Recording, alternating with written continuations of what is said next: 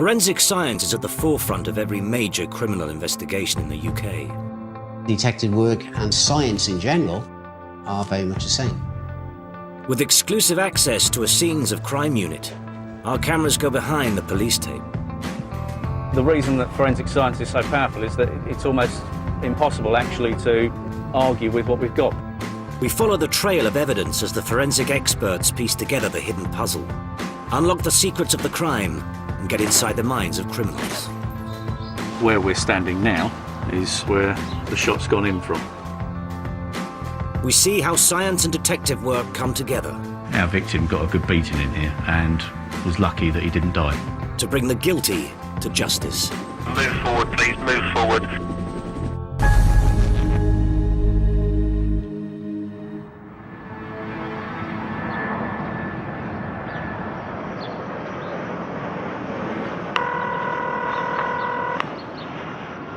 Police emergency, what's happened? Someone shot the front and the back of my house with a gun. Right, okay, when did that happen? Just now. Okay. Literally a couple of seconds ago. And explain to me why you think it was a gun? What's actually happened? Well, there's a big blast hole through my front door. Might be one to look at. Okay, alright, and you think it was the front and the back of your house? Yeah, the front door is completely obliterated. Fucking bastards. I've got 2 children in the house, do you know what I mean? Okay. This is fucking ridiculous. All right. It ain't got nothing to do with us. Alright, are you okay? Yeah. I'm not to touch anything, am I?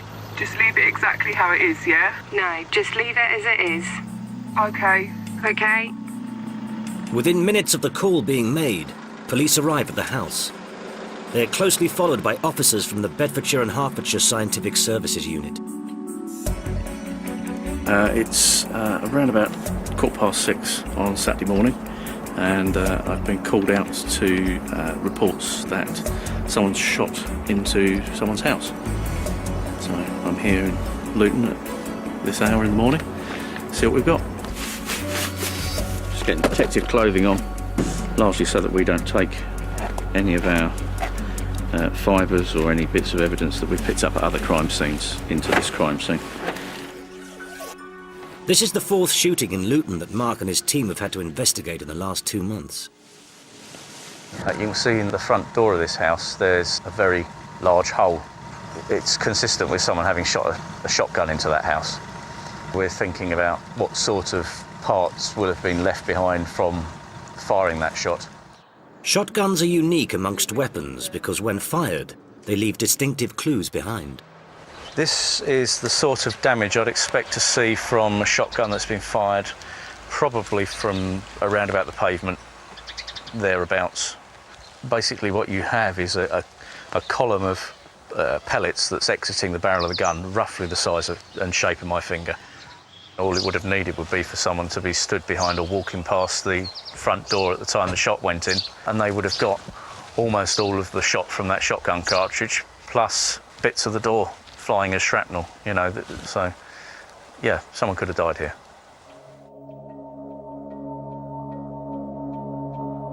When the shot exits the gun barrel, it begins to scatter.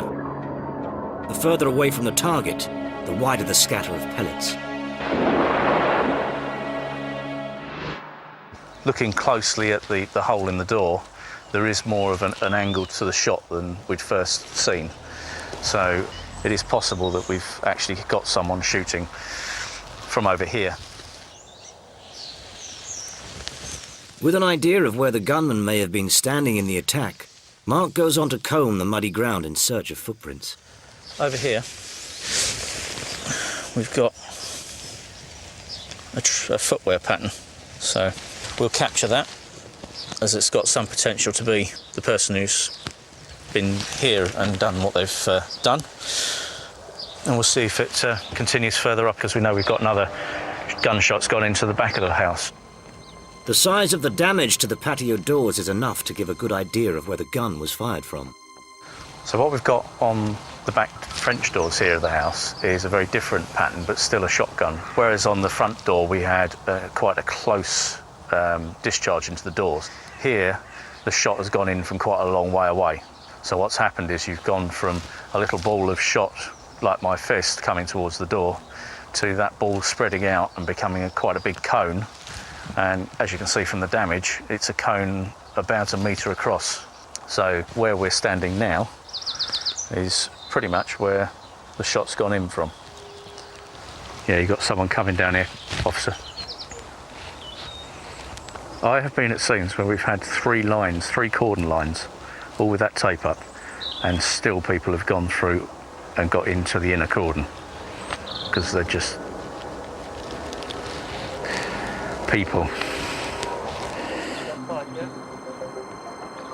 The nature of the shooting suggests it was designed to send the occupants of the house a warning. We're aware that it's feuds that generally spark these sort of incidents, so it's about either recovering money or making someone do something that the other side want them to do. If you wanted to kill someone with a shotgun, it would be very easy to do so. What they're doing here is actually damaging the property as a scare tactic. The team move inside the house to look for any physical evidence related to the attack. What they want is the actual gunshot that was fired. What we've got here are some of the pellets that have been discharged by the shotgun. We take a representative sample of pellets just so that the scientists can give us some information about the type of cartridge that's been used. We're also looking for a piece that comes out from the shotgun cartridge called a wadding. It should be in there somewhere. We need to try and find that because that could be something that we could link to a gun, potentially. The wadding is a light packing inside the gun cartridge that separates the shot from the gunpowder. When a gun is fired, the wadding follows the shot out of the barrel. If found, it can often be matched to the weapon it was fired from. We've just found the wadding. It's come through the door, so we have got that. It could tell us the type of ammunition that's been used. If it's been fired from a modified gun, so one that's had the barrel shortened by sawing it off, a sawn-off shotgun, the little burrs that are created in sawing off the barrel will leave marks on the wadding as it comes out the end, and those marks are unique to that barrel, to that gun. So we're hopeful that maybe it is a sawn-off shotgun that's been used, and we'll be able to link that wadding to that gun. CID now have a race against the clock to track the culprits down and stop them disposing of the weapon. Back over at Luton Police Station, every available officer is assisting in the hunt for the gunman. Because a firearms incident in the town has got potential to be really worrying for the vast majority of people, then we need to put the right level of resourcing into it. The suspects have been classified as armed and dangerous, so a firearms team have been placed on standby to make any arrests. It's not long before the police get a tip-off. We've had some information that has directly implicated someone. If this person can be found by the police, Mark's forensic evidence from the scene will be crucial to the investigation. It's always very important to me to get the person who did it, because ultimately that's what I'm paid for, but also that's the real kudos that you get out of doing any of these jobs. Otherwise, why do them? The 62 officers who work at the Beds and Hearts unit are on call 24/7. And there's no let-up today as a call comes in about a vicious attack. There's a man in the underpass at Crawley Green Road who's being attacked. The police get down there and there is a man and he's very badly injured. He's scooted off to the hospital at Luton and is being cared for. He's got serious head injuries. He appears to have been burnt with some sort of liquid. He's also, as we investigate further, got a stab wound and various other injuries about his person. Assisted by fellow officer Caroline Morgans, Mark heads straight to the crime scene. A bedsit, close to where the victim was found, is reported to be covered with blood. The essence of our job is looking at that crime scene and saying, what has gone on here? Can we show through the blood that's at the scene who's been attacked and who's been responsible for it? The reason that forensic science is so powerful is that it's almost impossible actually to argue with what we've got.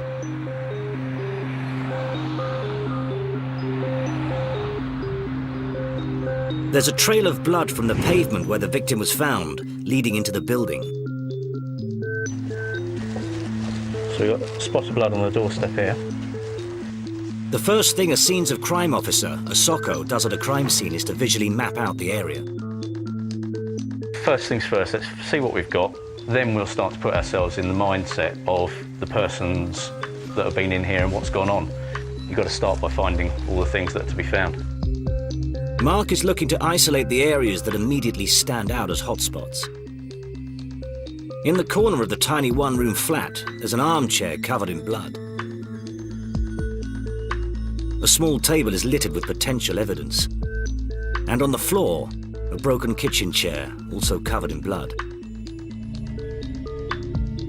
Of the three main hotspots, Mark starts with the kitchen sink, which is crammed with seemingly innocent household items. It's possible they may have been used as weapons. We know that our victim's got a nasty injury on the top of his head, and there's another one slightly further back. And they're circular, or at least part of a circle. If you look here at the bottom of this oven cleaner, you can see it's covered in blood, and also you can see it's slightly deformed. And these aerosol cans, they're meant to take a lot of internal pressure, so they don't buckle easily. And to make it buckle like that, that's taken quite some physical force to do that. One of our initial queries was, where did he get injured? Well, it's looking increasingly like he got injured in here. One of his other injuries is a very sharply angled triangle, a mark on his chest. Well, the iron's missing its base plate. If we can find that just further adds to what we're already seeing, evidence that it happened here. And there's looks like spattered blood within the, can you see right up inside there? So it looks like whatever's gone on has continued to go on after that bit's come off. And then the caustic soda bottle, covered in blood. Our victim has got burns, and they don't appear to be burns from a flaming source. They appear to be chemical burns. And caustic soda is corrosive and very, very nasty if you get it on your skin. The extreme violence of the crime has left an overwhelming amount of potential evidence. It may take days to gather it all. Over on the other side of Luton, there's been a dramatic development in the hunt for the gunman involved in the shooting. Two men wanted in connection with the attack have been tracked down. They have been named as brothers Zahir and Wazim Beg, and the firearms team is closing in. The silver Peugeot just pulled up outside location. Passenger out of the vehicle, IC4 male, confirmed Wazim Beg. Wazim Beg now going into 2525 Red River. Oscar 1 to all firearms units, he is just entering the premises, car is outside, 2 up. If we can move forward, please move forward. You have to do multiple strike, vehicle and premises. Yeah, vehicle's now turned around and gone back onto the drive of the house. Back onto the drive of the house. Another IC4 male, white t-shirt, short crew cut, just gone into location from vehicle level.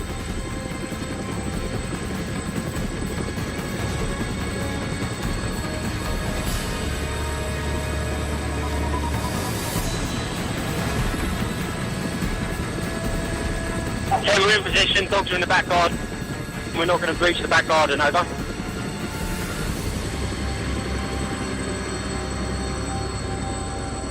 Take 3, 1 man out on floor. Male 2 out of premises with officers.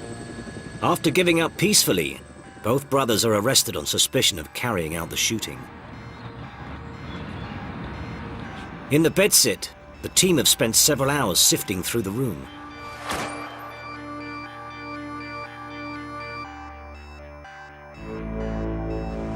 More blood on that. And in fact, they've gone as far as to break it into parts to make it sharp, to make it even more of a weapon. It's significant in that we're getting really no comment from the people that have been detained.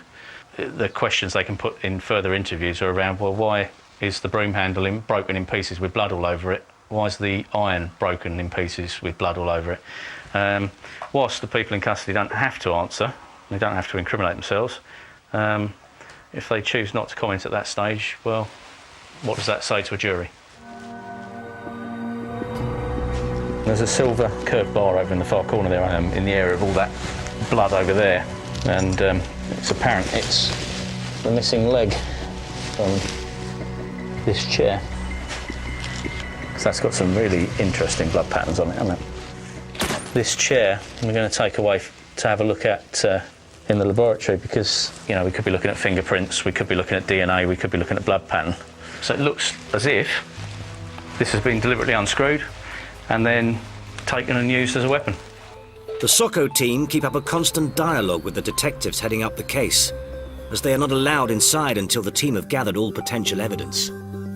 When we're doing this, we don't let anyone else into the crime scene because we don't want to contaminate it before we've got the forensic science evidence out.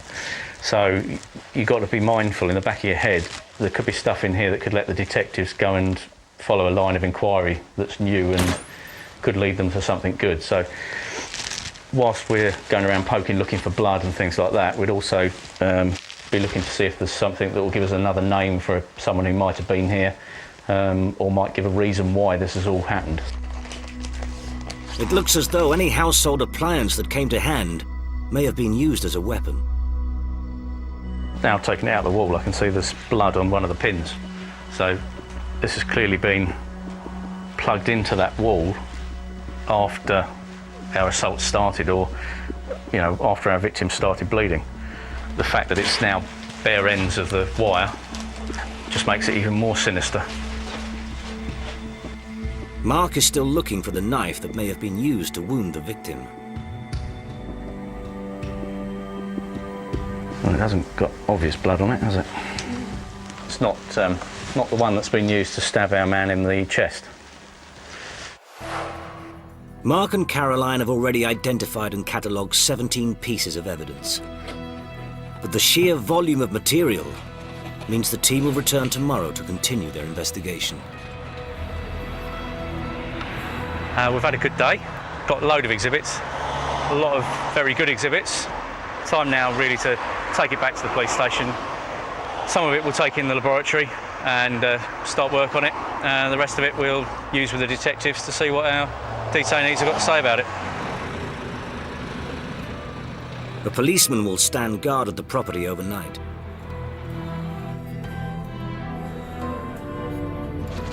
At the Baig brothers' house, a major search is underway. CID have made a discovery in the boot of a car on the driveway, and SOCO Ruth Precious has been called in to investigate. We think we may have some firearms in the boot of the vehicle, but until they've been photographed, then they obviously can't be recovered. I can't recover them because if they're loaded, so we have to give the firearms officers the equipment to actually do the recovery. Lying in the boot is a Beretta 12 gauge shotgun designed for shooting pheasants. Excellent news. This one has been modified for use by the underworld with both its barrels crudely sawn off.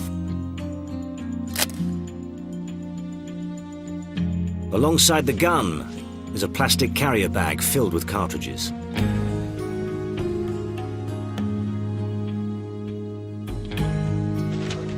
When it goes off to the laboratory, and they'll be able to say when it was fired and whether that matches the other incident that we've got connected. I believe this morning the actual damage it did to the front door was quite bad, so it could have been a person and it would have been a body we're going to and not just the recovering of the firearm, so it's nice to get one off the streets. Whilst the gun is sent to the lab, the car it was found in is sent to the police station for fingerprinting. And what I'm going to do is a fingerprint examination of the vehicle, starting off with the boot area. Now that all the DNA sampling's been done, I can do the fingerprinting. We always do the DNA examination first, just so we don't contaminate the DNA with our fingerprint powder. As you can see, the vehicle's quite dirty, so that kind of limits our chances of finding fingerprints, but it's always still worth a try. Fingerprint powder is made of aluminium dust. Effective on a variety of surfaces, the fine metal particles attach themselves to the ridges of even the faintest fingerprint.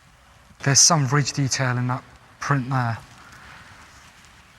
So what I'm gonna do is lift that I can see some characteristics in that mark there, so it's still worth me lifting it, and I'll let the fingerprint experts make the decision.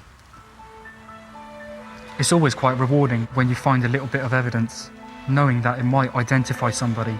It's like playing a game of Cluedo, but it's actually the real thing. The suspects Zahir and Wasim Beg are offering no information to the police. This means that Ruth needs to try and prove the Beg brothers handled the weapon.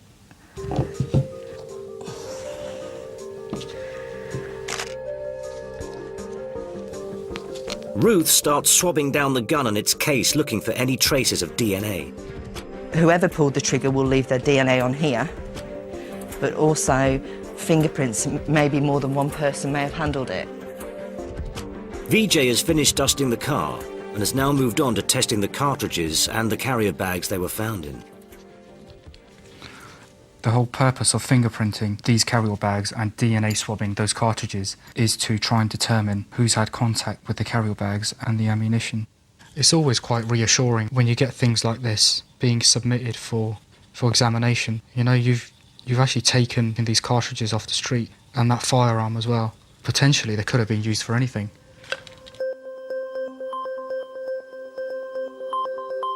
The SOCO team have carried out as much work as they can on the retrieved items with only limited results. For more definite answers, items are sent to the High-Tech Scientific Services lab at Police HQ in Welwyn Garden City.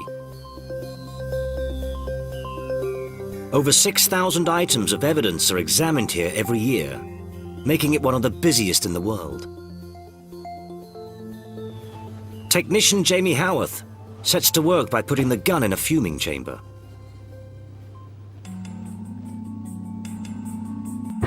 We place a small amount of super glue in this bowl tray. The heating plate will warm up and vaporise the super glue. The fuming process relies on the vapours released from heating the glue spreading around the chamber. The sticky fumes then attach themselves to any sweat or grease left behind in a fingerprint.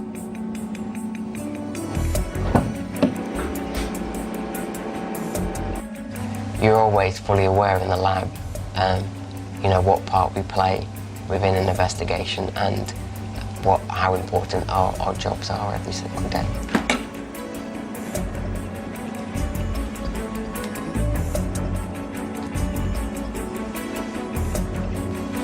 There's some ridges here, so I have to have a closer look. Ridges are the contours that create a unique fingerprint. Any mark Jamie finds needs to have sufficient detail within the ridges for them to be of any use in making a positive ID. It could be, obviously, that somebody's touched it, but they've probably touched it so many times, any kind of ridge detail has just been swamped. Okay, so the gun's negative. There's nothing on that. So the best chance of linking the Begs to the shooting lies with the gun case, or the carrier bags the ammunition was stowed in.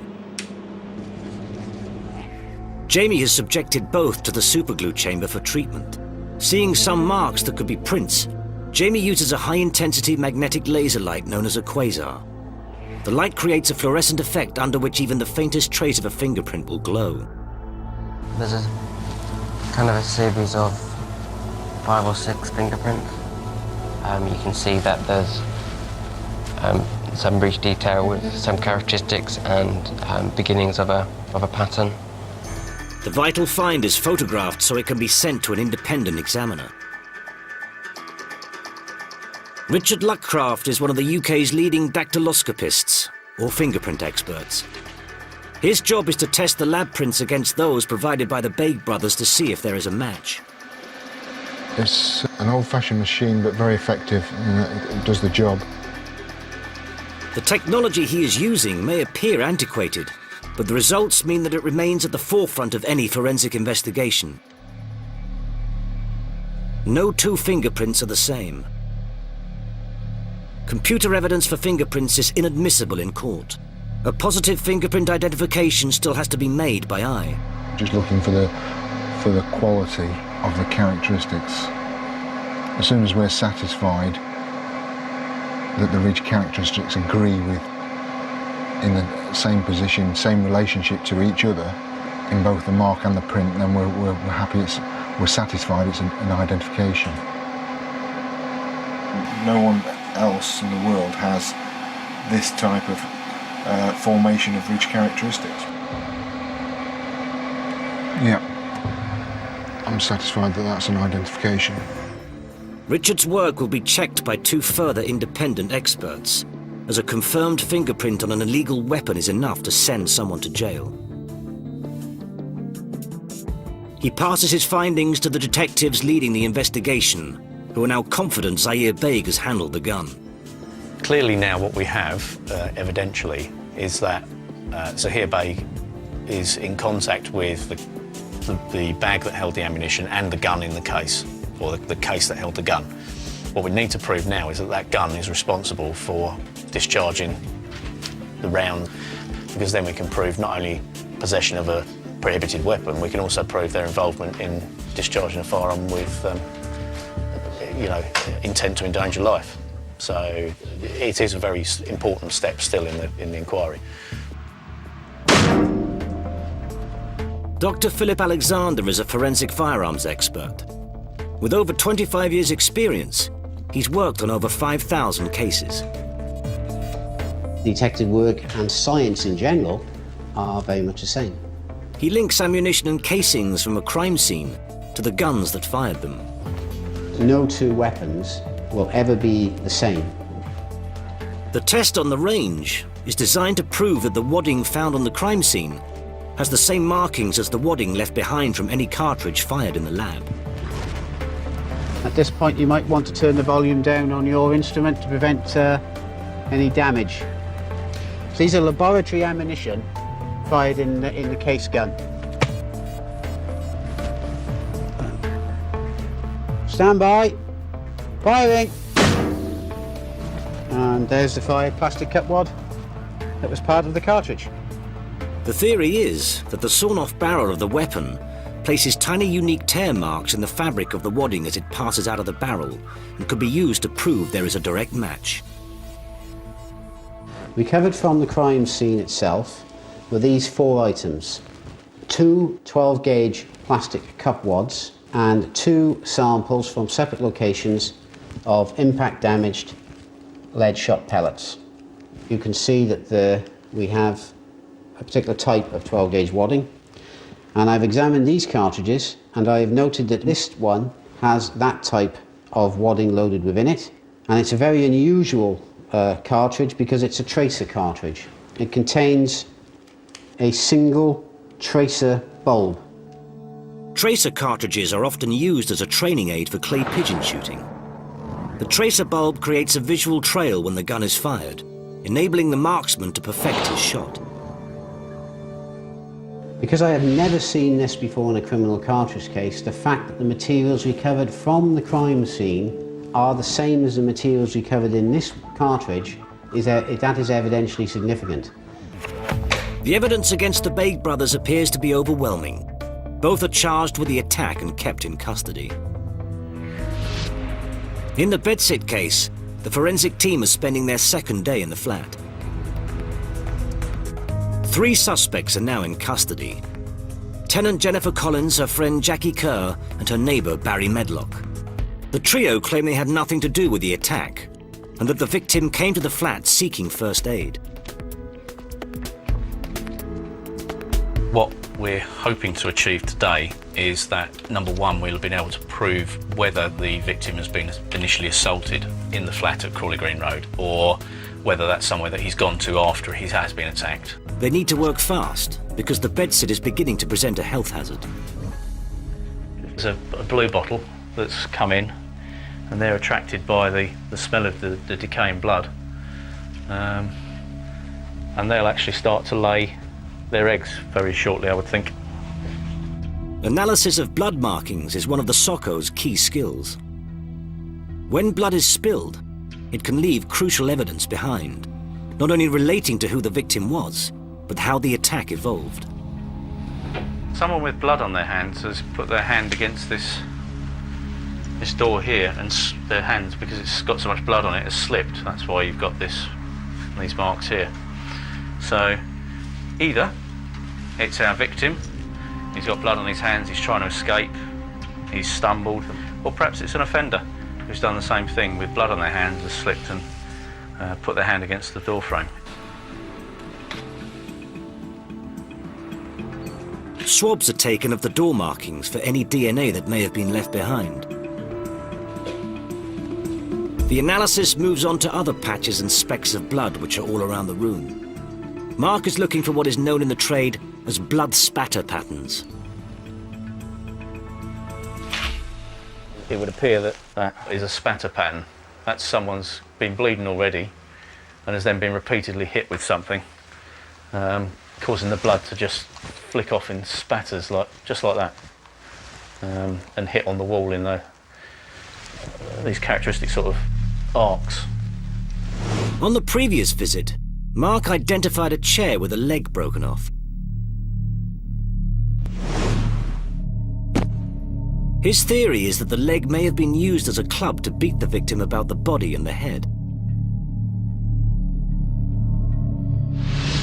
Looking at this sofa more and more, that really looks to me like someone's head. Given his injuries, he's got one stab wound here, side of his left chest. Most of the rest of it is his head, and head wounds bleed really heavily, really quickly. And so my judgment at the moment is that that is where his head's been for quite a sustained attack. The direction of the blood flying upwards and sideways across the wall directly correlates to the way blood would spray had repeated blows been rained upon the victim's head. The DNA is certainly going to give them a lot of questions that they've got to answer as to why there's so much of the victim's blood deposited, if it is the victim's blood, on the wall in that pattern. At the end of the day, our victim got a good beating in here and was lucky that he didn't die. So, satisfied that we've got a lot of evidence that can help to find out who did it.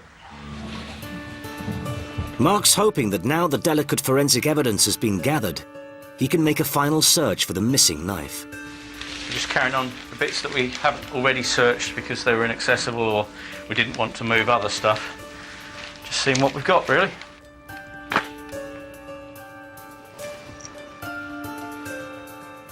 Well, that might be it.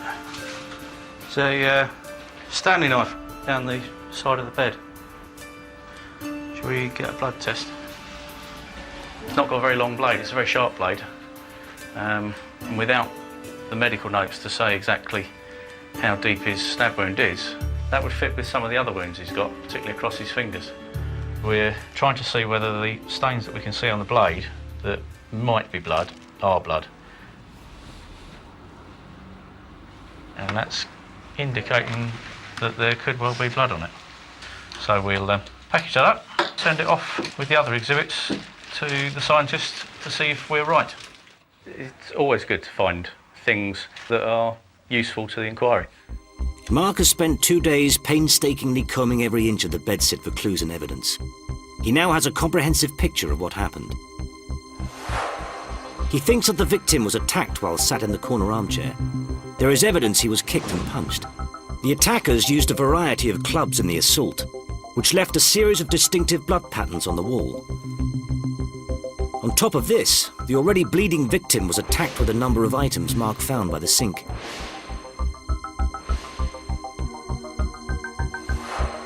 He was beaten with the iron so hard that it broke, battered with an aerosol can, and whipped with a piece of flex. At some point in the night-long ordeal, the beatings turned to torture as the victim is covered with caustic soda, and then soaked in water from the kettle, leaving him with severe chemical burns. He was also slashed and stabbed before being manhandled through the door and left in the road. His life was saved when a passerby called the emergency services. Well, it makes the hard work of the, 5 or 6 hours we spend in here, dressed like this, worthwhile. It's now time for the detectives to make the best use of the evidence and bring the case to court.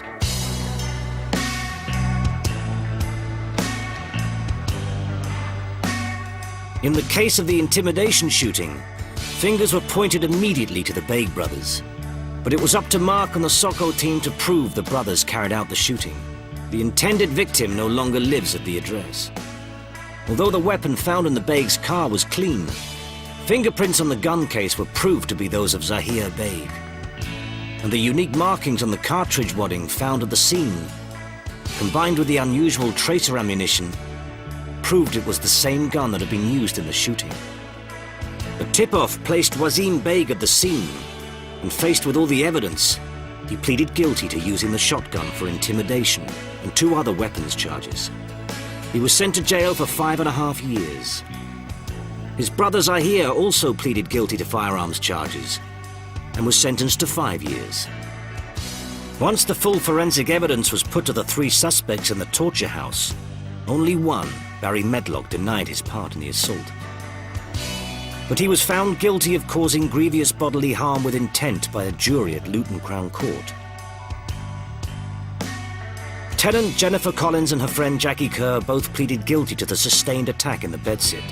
The judge said he was satisfied that Kerr had initiated the beating, kicked, punched and clubbed the victim before pouring caustic soda and water over his head and body. Kerr was sentenced to 11.5 years in jail for GBH with intent. Collins was sentenced to 6 years and 3 months. Medlock was given 11 years. Though severely traumatized by the attack, their victim recovered sufficiently from his injuries to give evidence. In the past 12 months, the Beds and Herts Socko team have helped to crack more than 8,000 cases. Almost 20% of all crimes solved in the 2 counties.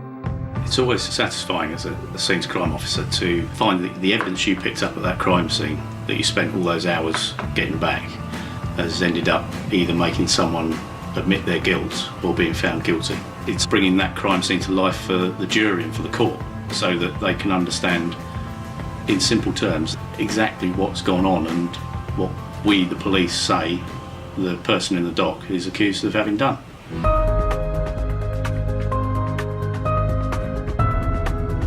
Our late film is set in the 70s with a black suspect facing an intense police interrogation. From the writer of The Long Good Friday, Sus is next.